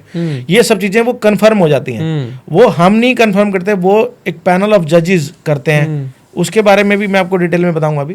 तो उससे ज़्यादा, और बाकी तो देखो, सबसे बड़ी बात डिपेंड करती है किसी भी बच्चे के प्राइस की, कि बच्चे जो ब्रीडर का अपना सरमाया कितना है, वो बच्चा कितने समय तक अपने पास रोक सकता है और कितना अच्छा उसको प्रिपेयर कर सकता है। जिन लोगों को तो पैसे की जल्दी होती है, बस फटाफट आज बच्चे हुए महीने के, आज ही फोटो वीडियो, 20 दिन के बच्चों की वीडियो लगाने लग गए, आप बच्चे हुए ने जी, ए बच्चे हुए ने जी, वो बच्चे तो सस्ते ही बिकते हैं, क्योंकि उनको जल्दी है, वह फटाफट पैसे आ जाएं, क्योंकि उनको अपने ऊपर भरोसा ही नहीं है कि ये 2-2.5 महीने बच्चा हम संभाल लेंगे। और जब तक भैंस गाय के दूध पे पल रहा है, जिस दिन फूड खिलाना पड़ गया उस दिन उनको लगता है वो तो खर्चा ही बड़ा कर रहा है। तो वो तो मनी मेकर्स हैं। जो ब्रीडर 2 महीने 2.5 महीने बच्चा पालता है, उसकी वैक्सीनेशन कराता है, उसको प्रॉपर डाइट पे लेके आता है, उसको 10-12 किलो वजन तक पहुंचाता है ना, उसका एक्सपेंस ही इतना हो चुका होता है कि वो नहीं दे सकता सस्ता बच्चा। तो उसको उसकी बर्थ प्राइस लेनी पड़ती है, और लोग समझते हैं इस बात को। मैं आज 12 साल से केन कॉर्सो रख रहा हूँ, और मेरे पास सारे ही बर्थ लवर्स डॉग हैं, मतलब जितने बर्थ लवर्स सारे क्लाइंट हैं मेरे पास, और सारे ही अच्छे घरों में जो समझते हैं इस बात को। जिन्होंने मेरे से बच्चा लेना है और मेरे से ही लेना है, वो चाहे कोई फ्री भी दे रहा होगा, नहीं लेना है, क्योंकि अब लोग बहुत अवेयर हो गए हैं। मैं भी कोशिश कर रहा हूँ, मुझ जैसे और भी लोग कोशिश कर रहे हैं, और गूगल पे, चैट जीपीटी पे इतनी इन्फॉर्मेशन है अब कि लोग पूरा होमवर्क करके आते हैं। आप किसी को यूं ही नहीं पकड़ा सकते कि लोग। फिर भी एक रेंज अगर बताना चाहें तो रेंज सर देखो कि अगर अच्छा बच्चा चाहिए तो 1 लाख से 1.5 लाख रुपए के बीच में केन कॉर्सो का अच्छे बच्चे का मैं समझता हूँ कि ये इसका रीजनेबल प्राइस है। इससे ऊपर भी हो सकता है, इससे नीचे वाले बच्चों को तो मैं समझता हूँ कि बस कुछ ना कुछ उनमें कमी है, तभी कोई कर रहा है। ऐसी बहुत सी ब्रीड्स हैं जो लगभग इंस्टेंट हो चुकी हैं, ऐसा क्यों? यही ब्रीड जेनेटिक्स से छेड़छाड़, लाइन ब्रीडिंग, गलत ब्रीडिंग, धीरे धीरे उनमें इतने डिसऑर्डर्स आने लगे, इतनी बीमारियां आने लगे कि लोगों ने रखने छोड़ दिए। अब जिसमें आप देखो कि अभी नेपोलियन साफ हो गए बिल्कुल, डल्मेशियंस बिल्कुल गायब हो गए, इंग्लिश पॉइंटर्स बिल्कुल गायब हो गए। ये सब देखो, मैं थोड़ा सा हार्श वर्ड यूज कर रहा हूँ, ये सब अनपढ़ता की निशानी है। आज से 10 साल 15 साल पहले एजुकेटेड लोग नहीं आ रहे थे इस लाइन में, गिनती के लोग थे, और वो जो गिनती के लोग थे वो आज भी स्टैंड करते हैं। वो कहीं ना कहीं अपना मुकाम सेट कर चुके हैं, वो अपना नाम बना चुके हैं, बिकॉज वो सही वे में चल रहे थे। और इन 10-15 सालों में 20 सालों में 50 लोग आए, 50 गए, लेकिन वो कुछ ना कुछ अपना नुकसान करके ज्यादातर इंडस्ट्री का नाश करके गए, ब्रीड्स को बर्बाद करके गए, जिसकी वजह से आज कई ब्रीड्स, अभी यही सब कैन कोर्सों में भी हो रहा है। ठीक है, उस समय तो सोशल मीडिया नहीं था इतना, अब हमारे जैसे हैं लोग हैं, मैं हूँ और भी लोग हैं, कोशिश कर रहे हैं बताने की लोगों को, और लोगों को समझ आ रही है। अभी कैन कोर्सों को उतना उतनी स्पॉइल नहीं हुई जितनी हो जाती थी पहले, जितनी जल्दी ब्रीड। तो अभी हमारी भी पूरी कोशिश है कि स्पॉइल ना ही हो, तो लगे हैं उसी काम में, जैसे आप लोगों के साथ, अब आपका साथ मिल रहा है, ऐसे और लोगों का भी साथ मिल रहा है, तो अपनी बात लोगों तक पहुँचाने की कोशिश कर रहे हैं कि जो हो गया सो हो गया। अभी आप एथिकल वे में आओ, अभी आप ब्रीड को प्रमोट करो, उसको और इम्प्रूव करो, उसको खराब मत करो। कहते हैं कि हमने पढ़ा भी है कि लगभग ब्रीडर्स हमारे भारत में 5 करोड़ से ज़्यादा ब्रीडर्स हैं, मगर फिर भी ये पेट इंडस्ट्री जो है बहुत अनऑर्गेनाइज्ड है आज के समय में। देखो, अनऑर्गेनाइज्ड इस वजह से है, अनऑर्गेनाइज होने का मेन कारण ये है कि देखो, एक तो ना इस काम में जितने भी ब्रीडर्स हैं वो दूसरे के नुकसान को अपना फायदा समझते हैं। कोई मिल के नहीं चलना चाहता जब तक जान पर ना बनाए। हर व्यक्ति कहता है मेरा काम चलना चाहिए, दूसरा जाए बाहर में। किसी को अगर कोई चीज समझाना चाहो ना तो वो समझने को तैयार नहीं है। वो कहता मेरे तो ज्यादा अक्लमंद कोई है ही नहीं। और ये आपको बता दूं कि एक्चुअल में जो जितना बड़ा बेवकूफ होता है ना, उसको ये गलतफहमी जरूर होती है कि मुझसे ज़्यादा समझदार कोई बिल्कुल नहीं। और दूसरी बात क्या है कि इस इंडस्ट्री को 50-60% लोग इसको सब्स्टिट्यूट के तौर पे, साइड बिजनेस के तौर पे लेके चल रहे हैं, इस पे डिपेंडेंट नहीं है। अगर इस पे प्रॉपर वे में डिपेंडेंट हो जाए ना, फिर उन्हें पता लगा कि हम कहाँ गलत कर रहे हैं, कहाँ ठीक कर रहे हैं। अब बात वही है ना कि एक आदमी ने 100 भैंसों के बीच में 10 कुत्ते रख लिए, अब वही 100 भैंसे हटा के खाली 50 कुत्ते रख लेना, पता उसे फिर लगेगा कि खर्चा क्या होता है। बिल्कुल, जब उसको उनके लिए इंफ्रास्ट्रक्चर, उनके लिए हाउसकीपिंग सब कुछ करनी पड़ेगी अलग से, तब उसको पता, एनालिसिस ही तब कर पाएगा वो कि एक्चुअल खर्चा होता है भाई इसमें, तब इसके रेट मिलते हैं। और ये ऐसे ऐसे करके मुझे इसे ठीक करना है ताकि मैं इसको और अच्छा प्रेजेंट कर सकूं, ताकि मैं अपना नाम बना सकूं। कल को मुझे ये कंप्लेंट ना आए कि तुम्हारे बच्चे में ये दिक्कत आ गई, तुम्हारे बच्चे में वो दिक्कत आ गई, उस बारे में नहीं सोचते, इसलिए समझ लो आप ये अनऑर्गेनाइज्ड है। बिल्कुल। लेकिन फिर भी अभी 2017 के बाद बहुत लोग यूनाइट हुए हैं, क्योंकि बहुत से कुछ ऐसे इंसिडेंट हुए जिनकी वजह से लोग आए साथ में। लेकिन फिर भी मैं समझता 2% लोग इकट्ठे हुए हैं अभी भी, 98% लोग अभी भी बिखरे हुए हैं। बिल्कुल। गवर्नमेंट की बात करते हैं, गवर्नमेंट ने पेट इंडस्ट्री को बिल्कुल अनटच्ड किया हुआ है। गवर्नमेंट कभी भी पेट इंडस्ट्री को देखती ही नहीं है, तो आपका क्या कहना है इसके ऊपर? मेरी नॉलेज में तो ना, जो मेरा अपना एक्सपीरियंस कहता है, गवर्नमेंट को आइडिया ही नहीं है कि इंडस्ट्री कितनी बड़ी है। और सबसे बड़ी बात यह है कि कोई भी ब्रीडर ग्रुप या ब्रीडर सामने आके बताना भी नहीं चाहता कि इंडस्ट्री कितनी बड़ी है। मैं समझता हूँ गवर्नमेंट को पता होना चाहिए। देखो, आज जितने भी बिजनेसेस हैं, जितने भी आप फिशरी ले लो, अपना पोल्ट्री ले लो, पिगरी ले लो, सबके लिए गवर्नमेंट एड्स हैं। इन सब की काउंटिंग भी रखती है वो। क्यों? वो उनको फंड करते हैं ना भाई, उनको लोन देते हैं, उनको सब्सिडी देते हैं, तो उनका काउंट तो करना ही पड़ेगा। उनके इंश्योरेंसेज होते हैं, उनके क्लेम्स होते हैं, टाइम टू टाइम बीमारियां आती हैं, उनकी मॉनिटरिंग होती है, उनको डॉक्टर्स प्रोवाइड करते हैं, क्योंकि उनका सारा डाटा लोग लेके जाते हैं उन्हें बताने के, भाई मेरे को 5 लाख बर्ड है, मेरे को मान लो 200 पिग है, मेरे को 500 काउज है। कोई जाके अपना डाटा वहाँ देने नहीं जाता। सबको लगता है कि बस हम आंख बंद कर लेंगे तो किसी को, आने वाले टाइम में गवर्नमेंट को दिखेगा, ऐसी बात नहीं है, अभी भी दिख रहा है कहीं ना कहीं। अब जैसे कहीं, चाहे वो अच्छे में चाहे बुरे में, कहीं ना कहीं इंटरफेयर कर रही है गवर्नमेंट, और करना चाहिए उसे। लेकिन गवर्नमेंट को जब इंटरफेयर करे तो गवर्नमेंट को भी चाहिए कि कुछ रीजनेबल कंडीशंस के साथ में ऑथराइजेशन देना शुरू करें। और अगर आज आप गवर्नमेंट से मेरी अपील है कि अगर वो हमें ऑथराइज करना शुरू करेंगे तो हम भी कहीं ना कहीं वर्ल्ड में अपना कोई नंबर, कोई स्टेटस बनाना शुरू करेंगे। एटलीस्ट ब्रीडर्स को तो वो ऑथराइज्ड डीलर बनाए, है ना, उस तरीके का कोई रजिस्ट्रेशन नंबर उनको अलॉट किया जाए सो दैट कि उनको कंट्रोलिंग हो पाए कि पूरे भारत में इस ब्रीड के कितने ब्रीडर्स हैं। देखो वो सब होना चाहिए। अभी भी ऐसा नहीं है कि ऐसा कोई प्रोसेस नहीं है, प्रोसेस है। AWBI आज भी लाइसेंस इशू करती है, लेकिन अभी तक इंडिया में सिर्फ 1 या 2 लाइसेंस इशू हुए हैं। वो भी मतलब मैं नहीं समझता कंडीशंस फुलफिल पैसे पूसे के दम पे हो गए होंगे, क्योंकि उनकी कंडीशंस ऐसी हैं जो आम आदमी फुलफिल कर ही नहीं सकता। आम आदमी क्या, कोई समर्थ व्यक्ति भी फुलफिल नहीं कर सकता। उसमें कंडीशंस में से कंडीशन एक ऐसी है कि आपको 24 आवर्स एक डॉक्टर चाहिए। डॉक्टर आप कैसे कर रख लोगे? एक ब्रीडर या कोई भी कैनल होल्डर, परमानेंट डॉक्टर को आप क्या समझते हो? बिल्कुल, डॉक्टर आप परमानेंट हायर कर सकते हो, हाउस कीपिंग थोड़ी है यार, वो डॉक्टर है, BBSc करके आएगा और आपके पास बैठा रहेगा 24 घंटे। तो उसमें बहुत सी चीज़ें ऐसी हैं जो बिल्कुल अनऑर्गेनाइज्ड हैं, जिसको जो पॉसिबल ही नहीं है, उसको अमेंड करना चाहिए। उसके बारे में पढ़ना सोचना चाहिए, गवर्नमेंट के नुमाइंदों को कोई कमेटी बनानी चाहिए जिससे कि ये काम रेगुलेटरी में आ सके और बाद में इनके इंश्योरेंस वगैरह हो सके, इनको फंड हो सके। फंड भले ही मत करो, कम से कम इंश्योरेंस ही कर दो।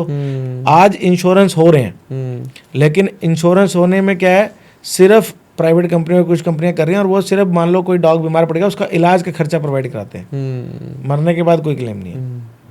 तो आप इलाज का खर्चा प्रोवाइड करा रहे हो तो आप एड तो इनडायरेक्टली वेट को दे रहे हो। वेट को पता है इसका इंश्योरेंस है, 10,000 रुपये का नहीं 50,000 का बिल बना दूं, मुझे तो मिलेगी। बच्चा बच गया तो ठीक है, नहीं तो आई एम सॉरी कह के अपना जान तो छूटती है। तो वो तो ब्रीडर को उसका कोई फायदा नहीं है। राइट, जो इंश्योरेंसेस हो रहे हैं उसका फायदा वेटनरियन को है। राइट। तो अभी सब कंपनियां अपनी अपनी सहूलियत और अपने अपने फायदे के हिसाब से कर रही हैं। अगर इसमें कहीं ना कहीं गवर्नमेंट इन्वॉल्व हो जाए तो फिर ये सिस्टम से होगा काम। फिर कोई भी आदमी अपना पर्सनल बेनिफिट नहीं, फिर ओवरऑल इंडस्ट्री का बेनिफिट देख के चलेंगे। राइट, फिर तो एक रेवेन्यू जनरेशन का एक जरिया बन जाएगा ना गवर्नमेंट का भी। बिल्कुल, इसके तो पूरा का पूरा बिजनेस रेगुलेटरी में आना चाहिए और तरीके से काम होना चाहिए। उससे फिर ये जो मतलब मैं समझता हूँ कि जो जिनको अक्ल नहीं है या जो गलत कर रहे हैं, जो ब्रीड स्पॉइल कर रहे हैं, उन वो भी हटेंगे और हटे हैं अभी बहुत बहुत गए हैं पीछे। 2017 में एनिमल क्रूरल्टी एक्ट 2017 पास हुआ था, 2018-19 में वो आ गया था मार्केट में। उसके बाद से बहुत बेचारे बहुत पप्पी मिलर्स और बहुत सारे ऐसे ब्रीड स्पॉयलर्स भागे भी हैं मार्केट से। लेकिन ठीक है, जो अच्छा काम कर रहे हैं वो आज भी स्टैंड कर रहे हैं, लेकिन फिर भी अभी उतना ध्यान नहीं है गवर्नमेंट का। राइट, हमारी एनजीओज भी हैं जो बहुत बहुत डॉग्स के ऊपर काम कर रही हैं, मगर मेजरली जो एनजीओज का फोकस होता है वो फंड्स के ऊपर होता है। देखो फंड्स तो चाहिए, कोई भी एनजीओ आप चला रहे हो बिना फंड के तो कोई काम होता नहीं। देखो आप सोशल सर्विस कर रहे हो या डॉग फीडिंग कर रहे हो तो उसमें खर्चा तो लगता ही है। एक आदमी अपनी कमाई से कितना खर्च लेगा? फंड्स इकट्ठे करना मैं समझता हूँ गलत बात नहीं है, लेकिन उनका मिसयूज करना वो गलत बात है। फंड्स के लिए क्या, देखो अभी सब लोग मैंने देखा है जितने भी एनजीओ वाले ना खाना खिलाने पे पूरा जोर देते हैं, डॉग फीडिंग पे। क्योंकि डॉग फीडिंग के आज आप एक वीडियो डालो, आपको शाम तक 2-4-10 बैग आपको डोनेट हो जाते हैं। पता भी खाना आसानी से मिल रहा है। लेकिन आप ये देखो कि आप इनकी पैदावार को रोकने के लिए क्या कर रहे हो। अब जब म्यूनसिपल कमेटी को एक्शन लेती है तो फिर लोग उसको प्रोटेस्ट करते हैं, नहीं नहीं इनको मत हटाओ, इनको मत हटाओ। देखो जो तो खाना खिला रहा है उन्हें, उसको तो वो कुछ नहीं कहते, लेकिन जो वहाँ से निकलने आने जाने वाले लोग हैं उनको तो दिक्कत होती है ना। उनको तो ये धीरे धीरे कम, अब ये नहीं कि इनको जहर देके मार दो, वो तो गलत है बिल्कुल ही। लेकिन आप इनकी जो आप मान लो आप 100 रुपये फंड इकट्ठा करते हो, 10 रुपये उनको खिलाने में, 20 रुपये 20-30 रुपये उनकी स्टरलाइजेशन पे भी खर्च करो, उनको न्यूट्रलाइज करो। धीरे धीरे धीरे धीरे वो कम होना शुरू हो जाएंगे। कम होंगे मतलब ये नहीं कि वो लुप्त हो जाएंगे, एक्सटिंक्ट हो जाएंगे। ये फिर भी इतने, एक फीमेल 7-8 बच्चे देती है, 7-8 बच्चों में से 1-2 बच्चे तो पले बड़े हो ही जाते हैं। सारे तो कभी नहीं पल के बड़े होते, क्योंकि कोई किसी कार के आगे आ गया, कोई स्कूटर के नीचे आ गया, कोई सीवरेज में गिर गया, कोई नाली में गिर गया, वो मरते ही हैं। तो वो भी बीमारी का कारण बनते हैं और वो बीमारियां लोगों को कम इन्हें ज्यादा होती हैं। मान लो 1 लीटर का कोई बच्चा मर गया तो वो मरेगा तो उसके पास 2-4 दिन वो बच्चे जाते रहेंगे, मरे हुए के पास भी जाते रहेंगे, माँ भी जाती रहेगी, और वो जब वो अंदर अंदर डिकम्पोज हो रहा है तो वो बीमारियां छोड़ रहा है, उससे और बच्चे बीमार होते हैं, बाकी भी मर जाते हैं, माँ भी बीमार हो जाती है। ये सब चीज़ें एनजीओज वालों को पता है, लेकिन पता नहीं वो लोग इन पे ध्यान देना नहीं चाहते। और भाई अगर नहीं पता है तो मेरा सजेशन है आप इस पे ध्यान दो, आपको फ़ायदा मिलेगा। और देखो ये समाज का हिस्सा है, ये हमसे पहले दुनिया में आए हैं, रहेंगे तो ये यहीं, ये जाएंगे कहीं नहीं। लेकिन उनको आज से 20 साल पहले देखो या 15 साल पहले आप देखो, 10 साल पहले भी कोई स्ट्रे डॉग्स का इतना बड़ा फंडा नहीं था, कोई डॉग बाइटिंग के केस नहीं सुनने में आते थे। अब क्यों आ रहे हैं? क्योंकि अब लोग खिलाने वाले, उनको फीड करने वाले हो गए, वो डेवलप हो रहे हैं और पल रहे हैं। और उनका जो मोलिटरी मतलब समझो मोर्टेलिटी रेट है वो डाउन हो रहा है। अब मोर्टेलिटी रेट डाउन हो रहा है तो वो ज़्यादा हो रहे हैं तादाद में। अब ज़्यादा हो रहे हैं तो उन्हें स्पेस भी ज़्यादा चाहिए। अब उनके पास स्कूटर मोटरसाइकिल निकलते उन्हें अच्छा नहीं लगता, क्योंकि वो सड़क पे सो रहा है। अब वो सोएगा कहाँ?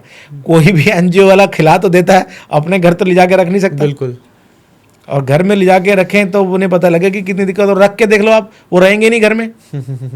आप उनको जितना मर्जी चिकन खिला लो, मटन खिला लो, बढ़िया फीड खिला लो, गेट खुला उन्हें भाग जाना है। बिल्कुल, उसकी फितरत है, आदत है ना उसकी, उसको कुदरत ने ऐसे ही बनाया है। राइट, उसको वही गुण देके भेजा है। एक्चुअल वो वाइल्ड एनिमल्स हैं कुल मिला के, उनको कुदरती माहौल में रहने के लिए गवर्नमेंट कह रहा हूँ, ऊपर वाली गवर्नमेंट ने बनाया, सरकार ने, क्या हमारी जो सबसे सुप्रीम सरकार है उसने बनाया।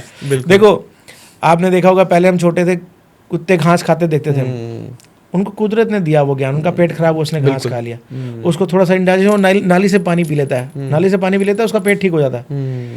अब हम उनको क्लियर वाटर दे रहे हैं, बढ़िया फूड दे रहे हैं, अब वो धीरे धीरे कॉम्प्लिकेटेड होते जा रहे हैं, कॉम्प्लिकेटेड होते जा रहे हैं, सेंसिटिव भी होते जा रहे हैं। अब उनको भीड़ भाड़ अच्छी नहीं लगती, अब उन्हें लगता है कि हम आराम से सोएं, खा लिया तो सोना ही है फिर, और काम क्या है उनको। बिल्कुल। अब पहले तो वो डॉग सारा दिन घूमता था, खाना ढूंढता था, फिर सो जाता था कहीं जाके कोने में। अब उसको बढ़िया जगह में खाना मिलता है, फर्श पे, लोगों के बरामदे में, अगला वहीं सो जाता है। अब वहां से जब कोई गाड़ी निकलती है, उसकी नींद डिस्टर्ब होती है, चिढ़ जाता है कि तू मेरे पास से कैसे निकल गया। तो धीरे धीरे आप उनका बिहेवियर ही चेंज करते जा रहे हो, जिससे आम लोगों को दिक्कत आ रही है। राइट। सोशल मीडिया प्लेटफॉर्म्स की बात करते हैं। ऐसे बहुत सारे सोशल मीडिया प्लेटफॉर्म्स हैं जिनके ऊपर डॉग को बेचना रिस्ट्रिक्ट कर दिया गया है। जैसे कि अभी देखा गया है कि OLX और क्विकर ने अपनी पेट कैटेगरी को भी रिमूव कर दिया है। ऐसा क्यों? देखो वो यही सब की वजह से, जो मैं अभी बता रहा था आपको, कि जो ये पपी मिलर्स हैं, जो ये 20-20 दिन के, 25-25 दिन के बच्चे बेच रहे हैं ना, इस वजह से वो चीज़ें बैन हुई हैं। देखो कहीं ना कहीं वो क्रूरलिटी है, और वो ये जो सब जो बैन हुए हैं, ये वो एनिमल क्रूरलिटी एक्ट 2017 के आने के बाद इन सब कंपनीज को नोटिस गए गवर्नमेंट के, या उन NGOs के संस्थाओं के जिन्होंने वो पारित कराया, उसके तहत उन्होंने बंद कर दिया। देखो OLX क्विकर ने आज पेट कैटेगरी बंद करी, उसका कोई बिजनेस थोड़ी बंद हो गया, उसके पास तो 100 कैटेगरीज और हैं। नुकसान किसका हुआ? पेट इंडस्ट्री का, ब्रीडिंग इंडस्ट्री का। लेकिन लोगों को ये बात नहीं समझ आई, उस समय नहीं समझ आई। उस समय जब हम लोगों ने प्रोटेस्ट करना चाहा, कोई साथ नहीं आया। उस टाइम लोगों ने पता क्या बोला? 80 थोड़ी लाते हैं ऐड, तुसी ऐड लाते हैं, ताड़ा बच्चा बिकदा हो अलग से, साड़ा तो बिकदा नहीं। देखो जी ठीक है, मेरा बच्चा बिकता था, मैं तो ब्रीडर था, लेकिन बहुत सारे पेट शॉप वाले भी ऐड लगाते थे। अब पेट शॉप वाले को इंक्वायरी आई कि भाई एक डॉग चाहिए, तो वो कहीं ना कहीं से तो अरेंज करेगा। वो आपको फ़ोन करता था कि पाजी कोई बच्चा पे है, बच्चा देना है मैं क्लाइंट को, तो इनडायरेक्ट वे में आपका भी माल बिक रहा था। उस टाइम ही लोगों को समझ आई, 5 साल बाद समझ आई, जब काम बंद होने शुरू हो गए, घरों में बच्चे मरने शुरू हो गए। फेसबुक पे भी उन्हीं का नोटिस गया, जो जिन्होंने वो बैन कराया था, सारा बंद कराया था, तो फेसबुक ने भी बंद कर दी कैटेगरी। उनको क्यों पंगा लेना है भाई तुम्हारे डॉग कैटेगरी से? उन्हें पता ही नहीं कि तुम्हारा नंबर कितना बड़ा है, आप हो ही नहीं कहीं, आपकी कहीं एग्जिस्टेंस ही नहीं है, तो इसलिए आपको कोई भी फटक से रिमूव कर देता है। अदरवाइज तो क्या होता है कि अब फेसबुक पे आप डाल दो सेल वर्ड, तो वो रिमूव कर देते हैं। दूसरा क्या है कि हर सोशल मीडिया प्लेटफॉर्म में रिपोर्ट का ऑप्शन है। अब एक आदमी ने कोई पप्पी लिया, किसी ने पैसे लेके उसे पप्पी नहीं भेजा, हो गया ना स्कैम उसे। उसके बाद वो स्कैम की रिपोर्ट डालेगा, मतलब फ्रॉड अलर्ट डालेगा, पोस्ट डालेगा, पहले तो बताएगा फलाने फलाने ने मुझे चीट किया, और वो भी सोशल मीडिया पे डाटा, उनका एल्गोरिथम ऐसा है, वो सब कुछ उठाते हैं, और फिर उसके बाद दूसरे अकाउंट को, जिस अकाउंट से उन्होंने लिया था, उसको जाकर रिपोर्ट भी करेगा। तो कुल मिला के उनके पास डाटा कलेक्ट हो रहा है कि कितने लोग स्कैम कर रहे हैं। जब स्कैम की श्रेणी बढ़ गई तो उन्होंने उसको रिस्ट्रिक्ट कर दिया। उनको अपने प्लेटफॉर्म पे गंदगी नहीं चाहिए भाई। राइट। उनको अपने प्लेटफॉर्म पे सफाई चाहिए, साफ सुथरा कंटेंट चाहिए। आप देखो वल्गर भी हटाते हैं बहुत कुछ, अब कोई आप न्यूडिटी भी नहीं चलती, क्योंकि उन्होंने अब गवर्नमेंट की भी उनको इंस्ट्रक्शंस हैं, क्योंकि बच्चे भी देख रहे हैं, बड़े भी देख रहे हैं, ऐसे ही उनको भी अपना प्लेटफॉर्म लॉन्ग रन चलाना है। और आज उन लोगों ने फ्री में जितना देना था दे दिया, अब उन्होंने पैसा कमाना है भाई। अब वो गंदगी क्यों परोसेंगे? अब तो वो परोसेंगे जो उनको पैसा दे रहा है और साफ सुथरा कंटेंट, जिससे कि आपको भी फायदा है, उनको अब आपको फायदा आएगा तो आप उन्हें पे करोगे। अब तो गिव एंड टेक वाला सिस्टम है। तो किसी भी प्लेटफॉर्म को भाई अपने प्लेटफॉर्म पे गंदगी या टेंशन नहीं चाहिए। आप अपने आप को उतना अच्छा बनाओ, उतना साफ सुथरा दिखाओ, तो फिर आपका कंटेंट रखेंगे वो। बिल्कुल। स्मार्ट डॉग्स की हम यहाँ बात करते हैं। हमने ऐसा सुना है कि डॉग्स जो होते हैं वो स्मार्ट होते हैं, वो इंसान की बीमारियों को डिटेक्ट कर लेते हैं, यहाँ तक कि कैंसर और डायबिटीज़ को भी डिटेक्ट कर लेते हैं उनकी बॉडी में। ऐसा है क्या? देखो, यहाँ मैं शुरुआत करता हूँ स्ट्रे डॉग से। आपको बताता हूँ कि स्ट्रे डॉग अटैक क्यों करते हैं। स्ट्रे डॉग्स में भी नेचुरल इंस्टिंक्ट होता है, वो भी डर पहचान जाते हैं। जब आप बिल्कुल निडर होकर उनके पास से निकलोगे ना, उनकी आंखों में आंखें डाल के, आपको नहीं भौंकेगा, आपको काटने के लिए भी नहीं दौड़ेगा। आपके मन में भी डर है, आप बाइक पे भी जा रहे हो ना और आपने देखा यूं कर, इतनी वाइब्रेशंस भी वो पढ़ लेते हैं कि आदमी डर रहा है, फिर और भगाते हैं आपको। ऐसे ही डॉग्स में होता है। और जो अब ये तो कुदरत के बनाए हुए हैं, इनमें जो गुण है वो सारे आज तक किसी ने स्टडी भी नहीं किए। अब कर रहे हैं वैसे। अभी पीछे मैंने देखा कि आर्मी में लिए जा रहे हैं, स्ट्रे डॉग्स को ट्रेन कर रहे हैं, आर्मी के लिए, पुलिस के लिए भी। तो धीरे धीरे इनकी क्वालिटीज पे हो रही है रिसर्च। ऐसे ही जो अपनी ये जो समझ लो मैन मेड ब्रीड्स हैं, ये सारी मैन मेड ही हैं। कैन कोर्सो हो गए, लैब्राडोर हो गए, जर्मन शेफर्ड्स हो गए, सब मैन मेड्स ही हैं, जेनेटिक्स को मिक्स मैच करके ही बनाए गए हैं। तो इनमें सालों साल की रिसर्च लगी है। अब हम, मेरा कहने का मतलब, लोग कोई अदरवाइज ना ले जाए कि हाँ 2 ब्रीड मिक्स करके बनाया तो हमने बना दिया तो क्या गलत किया है। उन्होंने सालों साल उस पर रिसर्च किया है, करोड़ों रुपया डॉलर उस पर खर्च किए हैं, तब वो एक ब्रीड को बनाकर लाए हैं। और वो आज नहीं 200-200 साल पहले बनाई है, तब वो आज उनका सारा डाटा उनके पास है कि ये कैसी बनेगी, कैसी रहेगी। तो वही चीज़ें अब फॉरेन रिसर्च ही जो मैंने पढ़ी है, उसमें मैंने पढ़ा है कि वाकई डॉग्स के अंदर इतनी सेंसेस होती हैं स्मेल करने की और सुनने की, कि वो ब्रेन के अंदर और हार्ट के अंदर होने वाली वाइब्रेशंस को भी पढ़ लेते हैं। तो जो ब्रेन की वाइब्रेशंस और हार्ट की वाइब्रेशंस के चेंजेस हैं, उससे वो बहुत सारी बीमारियां, और कुछ ब्रीड्स ऐसी हैं जो वाकई कैंसर तक भी डिटेक्ट कर लेती हैं। डायबिटीज, बीपी तो वो कर ही लेते हैं। वो तो नॉर्मली, आप आज आपके पास अगर डॉग है या नहीं, कभी एक्सपीरियंस करोगे तो आप देखना, अगर आप परेशान हो या आप रो रहे हो ना, आपके पास डॉग आके ना आपको बिल्कुल लिक नहीं करेगा, आपके पास पैर पे सर रख के बैठ जाएगा, उसे पता लग जाएगा कि आप दुखी हो। तो दुख सुख तो बहुत पहले से ही बांट लेते थे। अभी जो एडवांस रिसर्च आ रही हैं, उसमें अभी बीमारियां भी डिटेक्ट कर लेते हैं। और यहाँ तो हमारे देश पे गवर्नमेंट अभी R&D पे खर्च नहीं करती बिल्कुल भी। फॉरेन में तो आप देखो, आज से 10-10 साल पहले हमने देखा है कि जितने भी डिसेबल्स हैं उनको एक डॉग प्रोवाइड किया जाता है, चाहे वो रोड क्रॉस कराने के लिए हो, उसके घर के काम करने के लिए, ट्रेंड करके उनको, उनके साथ एक डॉग, मतलब समझ लो एक केयर टेकर के तौर पे डॉग दिए जाते हैं वहाँ पे 10 साल से उनके यहाँ, क्योंकि वहाँ उस हिसाब के ट्रेनर्स हैं, उस हिसाब के एक्सपर्ट्स हैं। हमारे यहाँ भी वो सब नहीं है, लेकिन आने वाले टाइम में यहाँ भी आएंगे रिफॉर्म। हम जैसे लोग अगर सामने आएंगे, लोगों को बताएंगे, तो लोग के पास कोई कमी नहीं है। हो सकता है गवर्नमेंट नहीं इसका इनिशिएटिव ले, लोग लेना शुरू कर देंगे। आज देखो बहुत सी एजेंसीज ऐसी हैं जो हाउसकीपिंग स्टाफ प्रोवाइड करते हैं। क्या पता आने वाले टाइम में कोई ऐसा व्यक्ति भी हो जो डॉग्स को ट्रेन करके इन सब सर्विसेज के लिए डॉग प्रोवाइड करना शुरू कर दे। बिल्कुल। हम यहाँ पर कुछ डॉक्यूमेंटेशंस की बात कर लेते हैं, जैसे कि KCI पेपर्स या माइक्रोचिप्स, ये बड़े बड़े डॉग्स के लिए इम्पोर्टेंट होता है। तो ये एक्चुअल में होता है कि ये बस मार्केट को दिखाने के लिए एक दिखावा है? देखो मैं बताता हूँ, KCI पेपर्स और जो माइक्रोचिप हैं वो डॉग्स के लिए, बड़े डॉग्स के या छोटे डॉग्स के लिए नहीं होते, वो सब के लिए होते हैं। एक्चुअल KCI क्या है? KCI है kennel club of India, Chennai में ये एक ऑर्गेनाइजेशन है, प्राइवेट बॉडी है, कोई सरकारी संस्था नहीं है, क्योंकि अभी इंडिया में कोई दूसरा ऑप्शन नहीं है, इसलिए उसी से रिकॉग्नाइजेशन मिलती है डॉग ब्रीडिंग को या डॉग ब्रीडर को। आपने अपना कैनल रजिस्टर कराना है तो वो रजिस्टर करके देते हैं।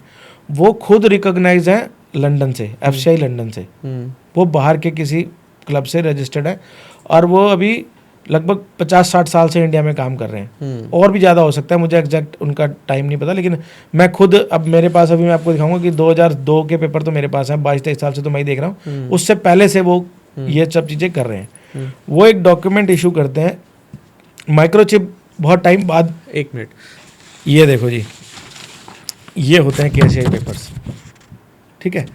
इसके ऊपर एक यहाँ पर नंबर है, इसी की होती है माइक्रोचिप, ठीक है। ये जो ऑर्गेनाइजेशन है ये मतलब पिछले 50-60 सालों से काम कर रही है। माइक्रोचिप आना शुरू हुई उसके बहुत टाइम बाद। माइक्रोचिप इसलिए आना शुरू हुई कि लोग किसी भी डॉग के साथ किसी भी पेपर को अटैच कर देते थे कि जी ये डॉग है, ब्रीड सेम होती थी और बोल देते थे। अब उन्होंने ये माइक्रोचिप इसलिए स्टार्ट की कि माइक्रोचिप जो है इंजेक्टेबल चिप है एक, जो डॉग को इंजेक्ट हो जाती है 4-5 महीने की एज पे, और फिर वो होल लाइफ उसके अंदर रहती है, और एक इलेक्ट्रॉनिक डिटेक्टर से उसको डिटेक्ट करके उसके 16 डिजिट का नंबर एक स्क्रीन पे रिफ्लेक्ट होने लगता है, और पेपर्स के साथ और वो नंबर मैच हो गया तो इट मीन्स पेपर और डॉग सेम है। और इस पेपर का क्या यूज़ है? इस पेपर का कोई ऐसा यूज़ नहीं है कि जिससे कि आपको कोई म्यूनसिपल कमेटी से राहत मिलेगी या सरकार से कोई रिबेट मिलेगी। ये सिर्फ एक बर्थ सर्टिफिकेट है। इसमें उस डॉग की 4 जनरेशन्स के बारे में लिखा हुआ है। इसमें तो पेपर तो लोग मांगते हैं, देखो ये इतनी बड़ी जनरेशन है, इसमें ज़्यादातर तो लोगों को ये नहीं पता कि डैम और शायर क्या होता है, ठीक है। ये ऊपर फादर है, ये मदर है, आगे उसके पेरेंट्स हैं, और इसको भी ट्रांसफ़र करना पड़ता है। देखो ये पीछे ट्रांसफ़र का कॉलम है, इसके साथ में एक ट्रांसफ़र लेटर हर ब्रीडर देता है साइन करके, फिर वो वापस KCI में जाता है, वहाँ से फिर इसके नाम ट्रांसफ़र हो जाता है। ये टोटली सिर्फ प्रोफेशनल यूज़ के लिए पेपर्स हैं। अदरवाइज इन पेपरों के होने या ना होने से किसी डॉग की क्वालिटी का कोई मतलब नहीं है। ये बाद में माँ बाप अच्छे हैं तो बच्चे भी अच्छे होंगे, ब्रीडर अगर एथिकल है तो बच्चे भी एथिकल ब्रीडिंग से आ रहे होंगे। लेकिन ये पेपर एक आज समझ लो एक स्टेटस सिंबल या एक वो बन गया, एक हवा उड़ गई है कि भाई KCI papers. Otherwise KCI papers का तो एक्चुअल यूज़ भी लोगों को नहीं पता आज तक। और ये कोई सरकारी संस्था नहीं है, प्राइवेट बॉडी है, प्राइवेट बॉडी ही ये सब कुछ मैनेज कर रही है, लेकिन बहुत सालों से कर रही है, बहुत अच्छे से कर रही है। और ये शोज भी करा रहे हैं, इनका प्रॉपर एक अच्छे जजेस का पैनल है, जिससे हम लोगों को रिकॉग्नाइजेशन भी मिल रही है। आज मेरा डॉग जीता है, ऐसे लोगों के शोज होते हैं, लोगों के जो जीतते हैं तो उससे रिकॉग्नाइजेशन मिलती है, और आगे और आदमी को और ज़्यादा मोटिवेशन भी आता है कि और अच्छा करें। तो एक संस्था ऐसी है जो आज कहीं ना कहीं मोटिवेशन का काम भी कर रही है, ठीक है। वो कहीं ना कहीं रेवेन्यू भी जनरेट कर रहे हैं, आपको पेपर्स दे रहे हैं, तो ठीक है, पेपर्स की जरूरत है भाई, आपको पता तो होना चाहिए ना कि आपके बच्चे के माँ बाप हैं कौन, जो बोल रहा है व्यक्ति वही है कि नहीं है। और ये पेपर तभी आते हैं जब पेरेंट्स के पेपर होते हैं, ऐसे नहीं आते। राइट। स्ट्रे डॉग्स की बात कर लेते हैं। अभी बहुत बड़ी कोर्ट का जो भी ऑर्डर आया है, जिससे बहुत बड़ी कंट्रोवर्सी भी शुरू हो गई है बाज़ार के अंदर, कि हमें स्ट्रे डॉग को फीड करना चाहिए, नहीं करना चाहिए, उनको पालना चाहिए, नहीं पालना चाहिए, या फिर कि इससे जितना हम डॉग को फीड करेंगे उतनी पॉपुलेशन डॉग की बढ़ेगी, गली में उतने कुत्ते और बढ़ जाएंगे। देखो जी, मैं तो कोर्ट के वर्डिक्ट से पूरी तरह सहमत भी नहीं हूँ और सहमत भी हूँ। देखो कहीं हद तक वो ठीक है। उन्होंने कहा कि भाई जो ये डॉग लवर्स हैं जो फीड कर रहे हैं वो अपने घर ले जाके देखें इन्हें, ये बिल्कुल सही बात है। देखो सड़क पे खाना खिलाना बड़ा आसान है, घर में ले जाके उनको आप देखो कि कितनी दिक्कतें हैं। आप खाना खिला के चले जाते हो, पीछे से लोगों को कितनी आए दिन में, अभी अपने फ़ोन में भी आपको 10 वीडियो दिखाता हूँ, कितने एक्सीडेंट्स होते हैं, कितने लोग मर रहे हैं, वो खुद भी मर रहे हैं, डॉग्स भी मर रहे हैं। और ये क्या स्ट्रे एनिमल जितने भी हैं, काउज हैं, ये हैं सब, इनके लिए प्रॉपर एक इंफ्रास्ट्रक्चर बिल्ड होना चाहिए। और जितने NGOs काम करें उनको सबसे ज़रूरी है इनकी न्यूट्रलाइजेशन पे, इनकी स्टरलाइजेशन पे काम करें, इनको न्यूट्रल करना शुरू करें ताकि इनकी पैदावार कम हो। खाना खिलाने से तो ऑब्वियसली आप उनकी पैदावार बढ़ा ही रहे हो। भाई एक बंदे को बढ़िया खाना मिलेगा, बढ़िया सोना मिलेगा तो उसको रिप्रोडक्शन में तो उसके इम्प्रूवमेंट ही आएगी ना। अब जब वो कुदरती माहौल में थे तो उनका रिप्रोडक्शन उतना अच्छा नहीं था, कभी कभी फीमेल मेट होती थी, मिस भी कर जाती थी। अब वो बढ़िया खा रहे हैं तो मेट करते हैं तो बच्चे भी होते हैं। लेकिन ये खाली फीडिंग करना मेरे हिसाब से सोल्यूशन नहीं है। NGOs को मेरी सलाह है कि इनके न्यूट्रलाइजेशन पे काम करें। और कोर्ट को तो भैया हम क्या ही कह सकते, तो सुप्रीम कोर्ट है, बाकी ठीक है। उन्होंने थोड़ा सा हार्श होकर इसीलिए कहा कि लोग गलत वे में जा रहे हैं, इसको सही रास्ते पे लेके आए। आज चाहे कुछ भी है, उनकी ऑर्डर की वजह से ही कुछ लोग आए हैं जो सही वे में, जिन्होंने अपना ट्रैक चेंज किया है, तो धीरे धीरे ऐसे ही चेंज होगा। और तो कोर्ट का डिसीजन अपनी जगह ठीक है, NGOs भी अपनी जगह सब अच्छे हैं, सब बुरे भी नहीं है। तो बस सब का काम ना काम। मेरा तो कहने का मतलब है कि जो आप सोशल वर्क कर रहे हो वाकई ही उसको अच्छे मन से करो, खाली पैसा बनाने के लिए मत करो, क्योंकि पैसा तो यार झक मार के आ जाता है, लेकिन आप समाज में ऐसी चीज़ मत खड़ी कर दो कि लोगों के लिए परेशानी होने लग जाए। राइट। जो विदेशी ब्रीडर्स हैं वो अपनी ब्रीड को इंडिया में देने से कतराते हैं, जनरली वो अवॉइड करते हैं, ऐसा क्यों है? वही बात है ना जी कि अनपढ़ों के हाथ में काम है, ब्रीडिंग सेंस है नहीं किसी। अब आज कोई आदमी मार से 10 लाख रुपए कुत्ता ले आया और उसके पास फीमेल मेट करने आई, उसने तो ये देखना है 10 लाख रुपए कैसे पूरे होंगे। उसने ये देखना ही नहीं कि फीमेल अच्छी है या नहीं है। मैंने तो ऐसे ऐसे लोग भी देखे हैं, कहते कैडी भी लिया यार, कोई भी ललवा दूंगा तो वो लाख रुपए दे दी मैंने, कोई भी लिया पावे। केन कोर्सो कुत्ता ले आया, लैब्रा कुत्ती लवानी वो भी लवा ली, कोई चक्कर नहीं, लाख रुपए लगेगा दे दी, पर 10 लाख रुपए पूरे करने हैं ना। तो ऐसे ऐसे लोग भी देखे हैं भाई। तो इसलिए धीरे धीरे उन्होंने यहाँ डॉग्स देने ही बंद कर दिए कि ये तो ब्रीड का नाश ही मार देंगे। और इसी वजह से इंडिया में इंपोर्ट बंद है कई सालों से। जितने भी डॉग्स आ रहे हैं वो out of the way Nepal आते हैं, नेपाल से इंडिया आते हैं, कोई सीधा इंडिया नहीं आता। और अगर यहाँ का कोई व्यक्ति कह दे कि मैं इंडिया से हूँ तो कोई भी इंडिया वाले को बच्चा देता नहीं है। ये तो मिडिल मैन ब्रोकर्स हैं उस लेवल के, जो वहाँ जाके डील करते हैं, यहाँ वालों को फोटो भेजते हैं, वो दिखाते हैं वीडियो कॉल वगैरह पे, पैसे पूसे सब वो ट्रांसफर करते हैं, वो लेके आते हैं। आम आदमी, मैं और कोई सोचे ना कि मैं बाहर जाके खुद कुत्ता ले आऊँ तो मैं उसे बता दूंगा मैं इंडिया से आया हूँ, मुझे देगा ही नहीं कुत्ता वो। तो इसलिए यहाँ के लोगों की अपनी कमियाँ हैं, ये तो लोगों को समझना चाहिए कि हम आज वर्ल्ड में कहीं भी स्टैंड नहीं करते ब्रीडिंग स्टैंडर्ड में, बिकॉज कि हमने आज तक कुछ करके ही नहीं दिखाया, क्योंकि अच्छे ब्रीडर्स ही नहीं है। अच्छे ब्रीडर्स ही नहीं। ब्रीडर हैं तो वो कुत्ते के ऊपर या पपी के ऊपर पैसा खर्च नहीं करना चाहते। अच्छे ब्रीडर्स जो हैं वो लगे हैं अपने अपनी जगह पे, लेकिन वो अभी इतना बड़ा ग्रुप नहीं है कि वो इतना बड़ा एग्जाम्पल सेट कर सके कि ऑल ओवर वर्ल्ड जाए वो बात।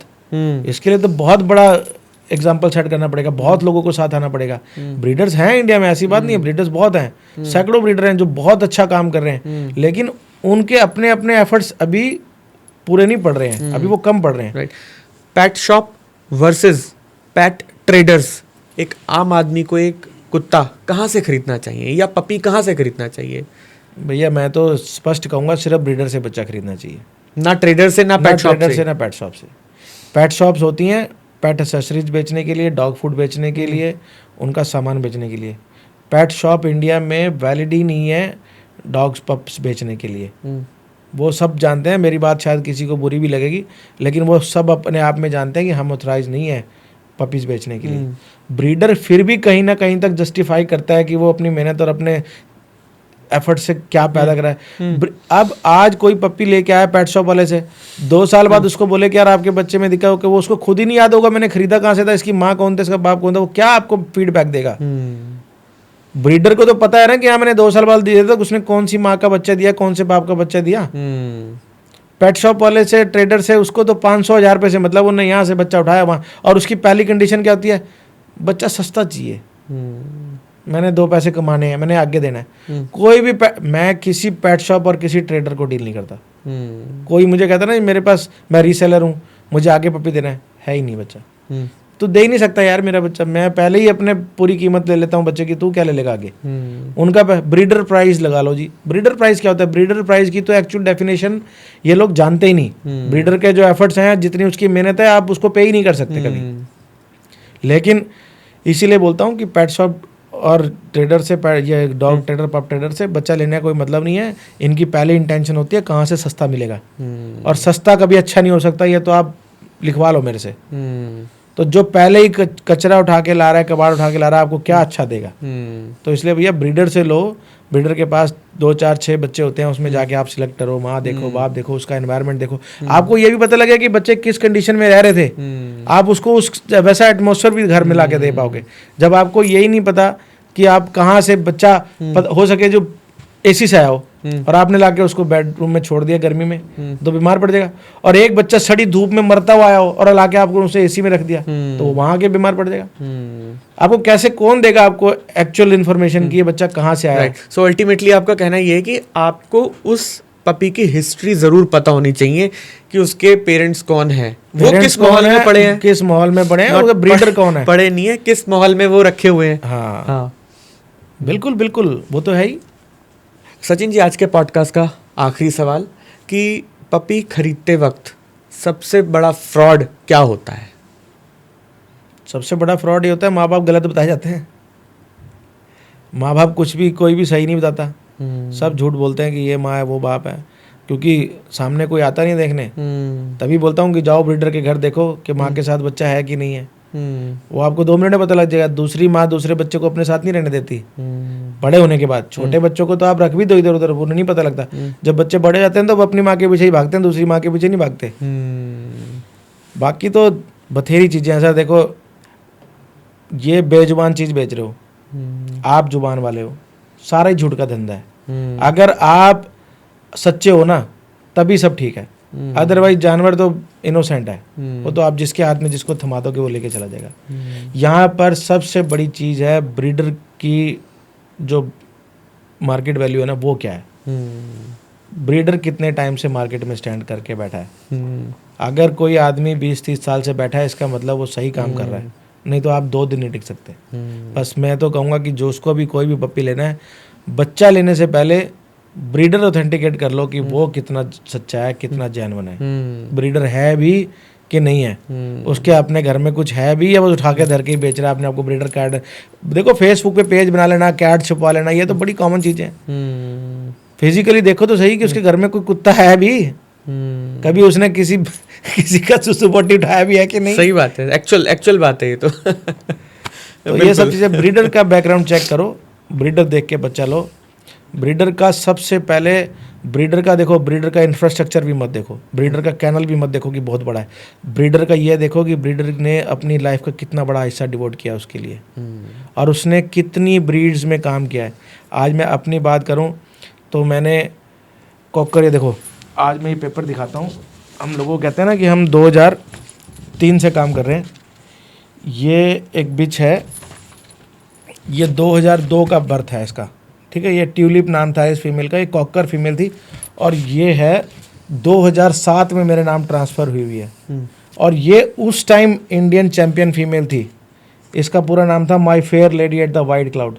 2007 में फीमेल मेरे पास चैम्पियन थी। तो आप हिसाब लगा लो कि हम किस स्टैंडर्ड की ब्रीडिंग उस समय कर रहे थे और आज क्या कर रहे होंगे। ये उसी फीमेल के बच्चे के पेपर हैं। ये देखो, ये हैं 2007, 5/3/2007 के पेपर, और इसमें ब्रीडर है सचिन जायसवाल। ये 2007 के रजिस्ट्रेशन पेपर है। 2007 से तो आज आप गिन लो कितने साल हो गए। ये तो बिल्कुल ऑन पेपर दिखा रहा हूँ, अदरवाइज मैं 2003 से प्रैक्टिस में हूँ काम की। तो आज अगर हमने इतने साल काम किया, ये कॉकर रखे, फ्रेंच बुलडॉग रखे, पग रखे, साइबेरियन हस्की रखे, इंग्लिश मैस्टिफ रखे, बुल मैस्टिफ रखे, नेपोलियन मैस्टिफ रखे, आज 10 साल से केन कोर्सो है, जब किसी ने नाम भी नहीं सुना था तब से केन कोर्सो है मेरे पास।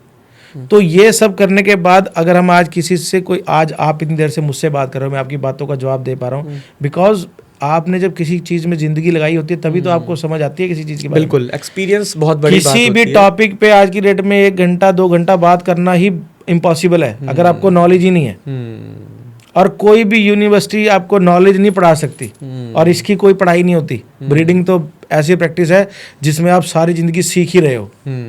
आज भी सीख रहा हूँ, आज भी ऐसी ऐसी चीज़ें सामने आती हैं जो कभी फेस नहीं की। बिल्कुल, एक इंसान बेजुबान की उसका ट्रेट समझना, उसको फीड करना, ये बहुत बड़ी बात होती है। आज तो वो समय आ गया भाई कि हम बच्चे की बॉडी लैंग्वेज देख के बता देते हैं कि बच्चा ये ठीक है या इसको कोई दिक्कत है। मेरे पास लगभग 25-30 डॉग हैं। हर डॉग का अपना नाम है, और हर डॉग पे दोनों टाइम प्रॉपर वॉच है कि इसने क्या खाया, कितना खाया। एक भी डॉग की अगर मैं उसके बैठने के तरीके, उसकी आंखों में आंखें देखने के तरीके से पहचान जाता हूँ कि इस बच्चे को प्रॉब्लम है कोई आज। इसने या तो आज खाना नहीं खाया, या इसको नौकर ने डांटा है, या कोई और वजह हुई है, या इसको आज खेलने को नहीं मिला, कुछ ना कुछ उसको दिक्कत हुई है। उसको 10 मिनट देता हूँ तो अगले दिन वो बिल्कुल उसी नॉर्मल पोजीशन में आता है कि हाँ वाकई जो कल कमी रह गई थी आज पूरी हो गई है। देखो, इस लाइन में सबसे ज़्यादा जरूरी चीज़ है लव। अगर आप डॉग से लव नहीं करते ना तो आप प्रोफेशनल कभी हो नहीं सकते। मैं तो बचपन से कुत्तों के लिए पागल रहा हूँ, लेकिन मैंने ज़िंदगी में सोचा नहीं था कि मेरा प्रोफेशन ये बन जाएगा। लेकिन बन गया तो आज भी उतना ही प्यार, उतनी मोहब्बत है सबसे। जितने बच्चे हैं सारे मेरे बच्चे हैं।